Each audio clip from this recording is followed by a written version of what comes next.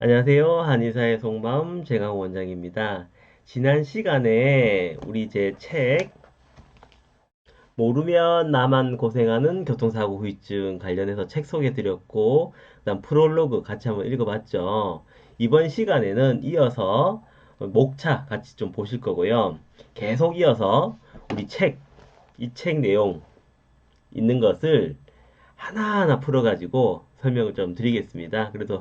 그래서 실제 교통사고 나신 분들, 당사자들 뿐 아니라 이제 가족분들 아니면 친구분들 이렇게 보시면 아, 교통사고 후유증이 이런 거구나.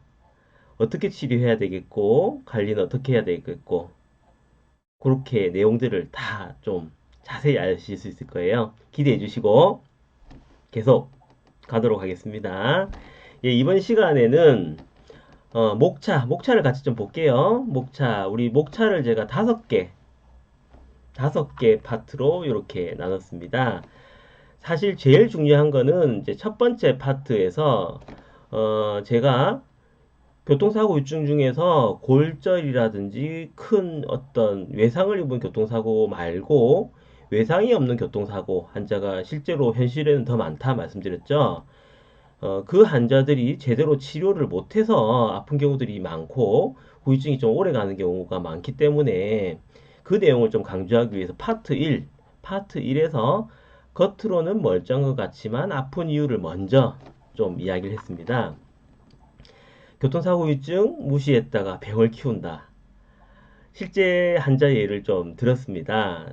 나중에 하나하나 이제 챕터 하나하나 갈 거지만요. 그 다음에는 이제 엑스레이에는 절대 나타나지 않는 통증.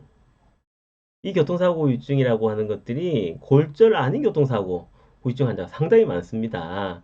그런데 엑스레이를 찍어보면 아무 문제가 없게 나타나요. 그런데 자기는 아파요. 그런 환자 상당히 많고요. 눈에 안 보여서 더 괴로운 교통사고 후유증. 교통사고 후유증은 사람마다 차이가 있다. 아, 우리 최근에도 그래요. 저 실제로 지금 계속 보고 있습니다. 교통사고 후유증 환자. 우리 뭐 온 가족이 한 두 명, 뭐 네 명 이렇게 사고 날 때 환자마다 다 달라요. 치료 기간도 다 다르고 그런 것도 조금씩 이제 풀어 나갈 거고요. 그 다음에는 교통사고 후유증을 유발하는 주범, 근육 손상. 결국에는 외상 없는 교통사고 후유증이라고 하는 거는 뼈에 대한 거가 아니고 근육 손상입니다. 근육이 충격을 받아서 아픈 근육통이 대부분이거든요. 그래서 근육 관점으로 중심에서 제가 설명을 좀 드릴 거고요. 그러다 보니까 기존과 다른 관점의 치료를 해야 된다라고 제가 밝혔습니다.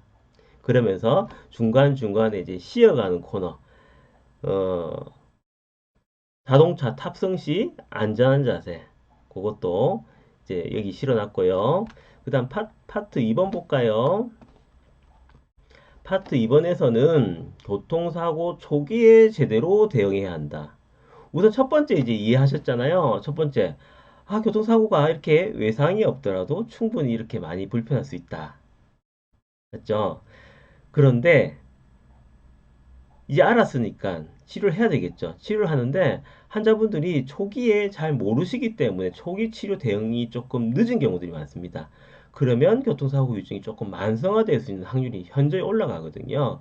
그래서 특히 이제 파트 2번에서는 교통사고 초기에 제대로 좀 대응해야 한다 위주로 제가 이야기를 좀 했습니다. 교통사고를 여러 번 당했다면 근본적인 치료가 필요하다. 특히 환자분 중에서는 중복해서 어떻게 다니시다 보니까 뭐 운전을 계속 하시는 분들, 영업 하시는 분들, 많이 다니시는 분도 있거든요. 아니면 아니더라도 우리가 평소에 매일 자동차로 출퇴근 긴 시간, 좀 긴 거리를 가시는 분도 있잖아요. 그러면 어쩔 수가 없이 사고가 연달아서 나는 경우도 있어요. 그때 여러 번 당했을수록 특히 근본적인 치료가 필요하다. 그렇게 알려드렸고, 그 다음에 교통사고 후유증 치료의 최대적기 초반 3주에 대한 내용을 밝혀놨습니다. 그 다음 교통사고의 형태가 다양한 만큼 대처 방식도 천차만별이다. 교통사고 났을 때 저는 처음 오셨은 환자한테 교통사고 당시의 상황을 좀 여쭤봅니다. 후방 추돌 당하셨는지, 측방 추돌 당했는지, 아니면 차대차 사고인지, 그리고 오토바이 사고였는지, 보행자 사고였는지, 그 상황에 따라서 통증들이 다 다를 수밖에 없습니다. 물론 골절이 아니기 때문에 진단 주수는 2주에서 3주 정도가 나오지만 실제로 이런 상황에 따라서 통증들이 다 달리 나타날 수 있기 때문에 교통사고 형태도 다양한 만큼 대처 방식도 천차만별로 치료가 돼야 되겠죠. 그 다음에는 원래 질환이 있는 환자는 교통사고 후 치료 방식도 다르다. 마찬가지겠죠. 우리 교통사고가 나시는 환자분들 온 가족이 이렇게 두 명, 세 명 타는데 예를 들어서 한 분은 무릎 수술한 지 얼마 안 됐어요. 그러면 똑같이 교통사고 나도 그분은 무릎 수술한 부분부터 뭔가 욱신하고 쑤시고 아플 수 있거든요.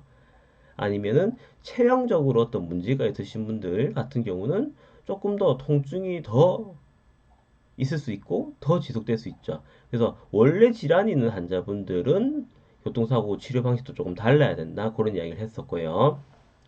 그다음 시간의 흐름에 따라 달라지는 통증의 변화. 교통사고 후유증 초기, 중기, 그 다음에 조금 이제 만성기 이렇게 조금 나눴습니다.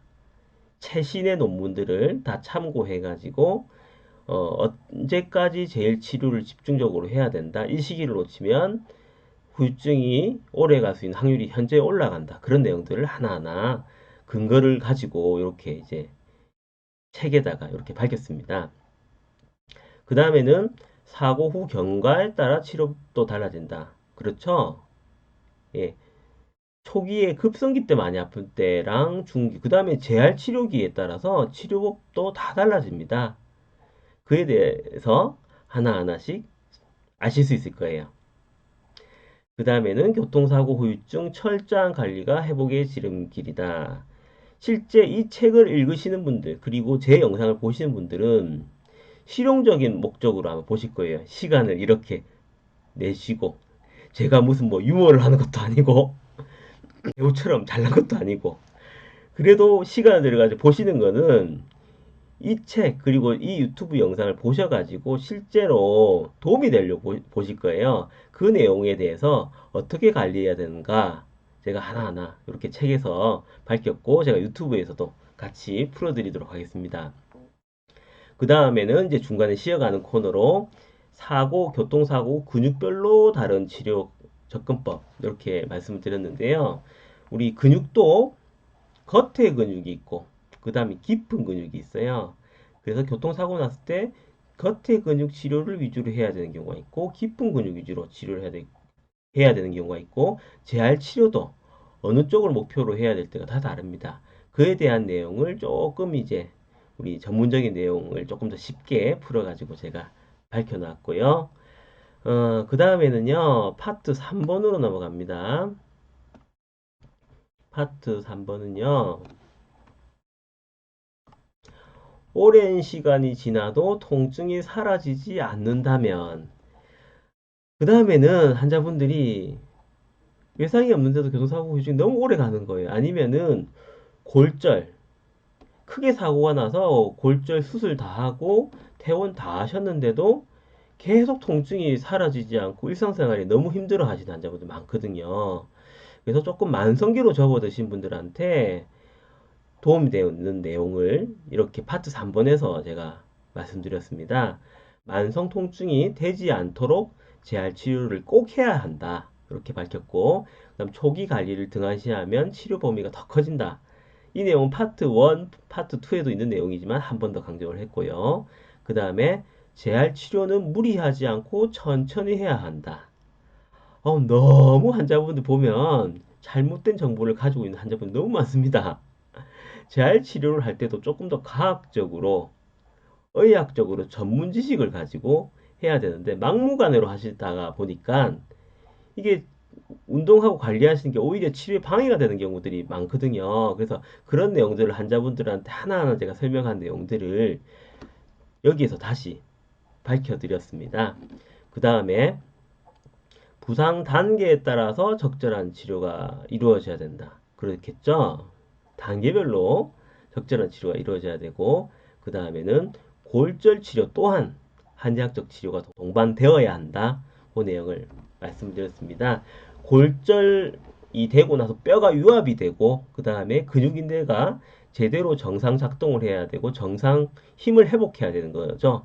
거기까지가 완전한 재활 치료가 의 끝이죠. 그 부분에 대해서 말씀드리고 특히 한의학적 치료에서 골절 치료가 어떻게 도움이 되는지 그렇게 안내를 드렸습니다. 그래서 교통사고 후유증 치료의 끝은 과연 어디일까? 그렇다고 한정 없이 치료할 수는 없죠. 그렇지만 어디까지 치료를 해야 될지 그렇게 제가 글로 이렇게 써놨고요. 그 다음 또 쉬어가는 코너. 그 다음 쉬어가는 코너. 근막은 우리 몸을 감싸고 있는 그물망이다. 아, 이거는 조금 다른 개념이에요. 처음 들어보시는 내용일 거예요. 근막이 도대체 뭐지? 실제 외상이 없는 교통사고 환자는 제가 앞에서 말씀드렸죠. 근육 위주로 봐야 된다. 그런데 그 근육 중에서 근막이라고 하는 근육의 제일 겉에 층, 그쪽 치료가 중점적으로 이루어져야 한다 하는 내용을 전문적인 내용이지만 쉽게 좀 풀어서 설명드렸습니다. 근막이라고 하는 처음 이제 보이는 개념 용어지만은 잘 이해를 하실 수 있도록 적어놨으니까 추후에 유튜브 영상 보시면 이해가 되실 거예요. 그 다음에는요, 파트 4번. 지속적인 두통, 울렁거림, 어지러움, 감각이 이상할 때의 대처법. 아, 이외에도 교통사고 유증 환자분들 중에서는 기타 증상들이 많습니다. 두통, 울렁거림, 특히 후방추돌 당하시면 쿵 이렇게 받으시고 그 다음 그날 뭔가 어지럽거나 울렁거리거나 심지어 막 토하거나 하시는 분들 많거든요. 그런 분들. 또 혹은 이상한 이제 감각이 이상하게 느낌이 감각이 이상해지는 분들 많습니다. 그런 부분 관련해서 알려드렸고 그 다음에 또 하나 신경정신과적 접근이 좀 필요한 경우도 좀 있기도 하고요. 예, 그런 부분 관련해서 하나하나 알려드렸습니다. 알려드릴 거예요. 예. 중간에 쉬어가는 코너에서는 이제 교통사고 후에는 코어 근육을 강화시키자 하는 내용도 있습니다. 코어 근육 많이 들어보셨을 거예요. 조금 더 교통사고 후유증 치료하는 개념에서 코어 근육 강화시키는 것에 대한 말씀을 좀 드릴게요. 그 다음 파트 5번. 파트 5번은 교통사고 후 시달리는 불면증과 수면장애 대처법. 아, 그래요. 최근에 우리 환자분 중에서 형부와 처제가 두 분이서 사고가 나는데 형부가 교통사고 나서 잠을 못 주무시는 거예요. 그래서 일부러 대구에서 구미까지 오셔가지고 저한테 치료하셨거든요. 실제로 교통사고 나는데 외상은 없는데 이상하게 잠이 안 오거나 막 심장이 벌렁벌렁거리거나 그런 분들 많거든요. 그래서 마음의 문제도 한번 알려드릴 거고 그리고 또 트라우마. 저는 현역 한의사로 근무하다 보니까 할 말 되게 많네요. 그저께 환자 중에서 트라우마 환자. 아, 그래요. 5년 전에 교통사고가 났는데 그 이후로 좁은 터널을 가시거나 아니면 좁은 다리 위 건너가면서 바람이 세게 불면 약간 흔들리기만 하면 막 가슴이 두근두근하고 답답하고 하는 불안신경증이 있으신 분들 있어요. 트라우마.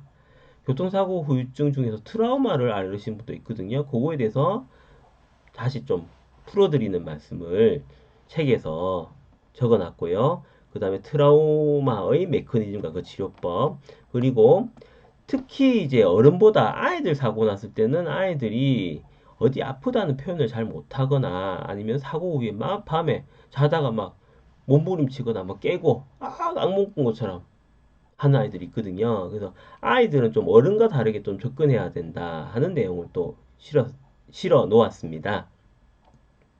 그리고 마지막 쉬어가는 코너에서는 교통사고 후유증에 필요한 한약 처방. 실제 우리나라 한방의료기관 한의원 한방병원에서는 침하고 물리치료 추나요법 다 자동차 보험 처리되죠. 그 다음에는 한약 처방. 한약 처방이 자동차 보험으로 이렇게 다 환자분들한테 지급되는데 그 한약을 아마 받아보셨을 거예요. 그 한약이 어떤 의미를 가진 어떤 목적을 가진 처방들인지 조금 이렇게 설명해 놓았습니다. 예. 오늘은 교통사고 후유증 책 제가 지은 구미수 한의원 최강호 원장입니다. 한 모르면 나만 고생하는 교통사고 후유증 책의 목차에 대해서 한번 쭉 훑고 오늘 목차에 대해서 쫙 오늘 목차에 대해서 쭉 훑어보았습니다. 그 다음에는 정말 본문의 내용들을 하나하나씩 다시 알려드리도록 하겠습니다. 기대하세요. 좋아요, 구독을 눌러주셔야지 제가 힘이 납니다. 예, 다음 시간에 또 뵙도록 하겠습니다. 예, 한의사의 속마음 최강호 원장이었습니다.